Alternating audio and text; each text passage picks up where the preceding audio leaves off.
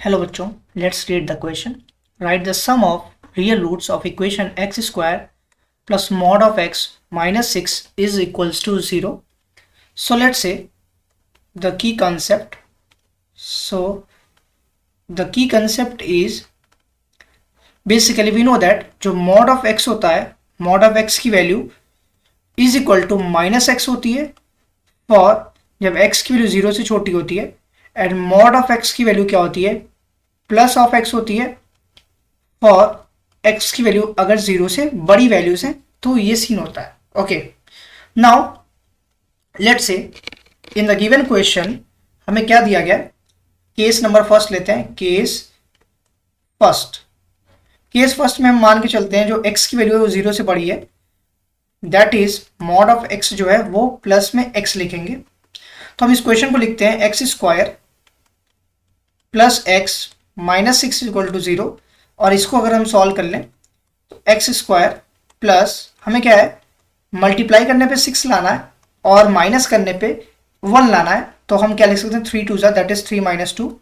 अगर इसको सॉल्व कर ले तो x square plus 3x minus 2x minus 6 equal to 0.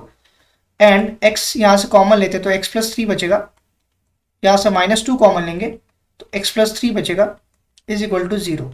एक ब्रैकेट में हमें क्या मिलेगा, x माइनस 2 मिलेगा और नेक्स्ट ब्रैकेट में x प्लस 3 मिल जाएगा. दोनों 0 के बराबर हो गए. इसका मतलब x की वैल्यू क्या आ रही है, एक 2 आ रही है और दूसरी वैल्यू माइनस 3 आ रही है. ये मेरे पास दो वैल्यूज आ रही हैं, दैट इज 2 माइनस 3. अब हम क्या करते हैं, केस नंबर सेकंड ले लेते हैं.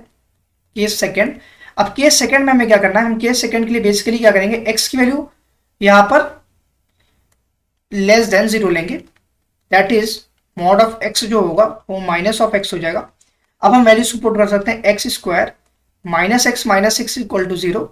फर्दर हम इसको क्या करेंगे, सॉल्व करेंगे. एक्स स्क्वायर माइनस अगेन फिर से मल्टीप्लाई करने पे हमें 6 लाना है और माइनस करने पे 1 लाना है. तो हम लिख सकते हैं 3 माइनस 2. अगर हम इसको सॉल्व करें तो x square minus 3x plus 2x minus 6 is equal to 0.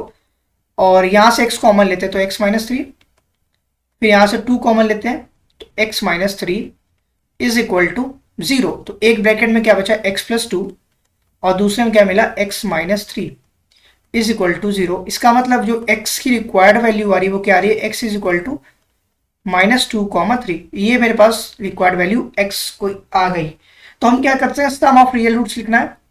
So some of real roots, अगर हम रियल रूट्स का सम लिखें तो क्या होगा, -3 + 2 -3 + 2 प्लस और क्या रहा है 3 और -2 आ रहा है. तो यहां से -3 + 3 कट गया, 2 और -2 कट गया. तो जो सम ऑफ रियल रूट्स आ रहा है वो 0 आ रहा है और यही मेरा रिक्वायर्ड आंसर हो गया. Hope you understand it well.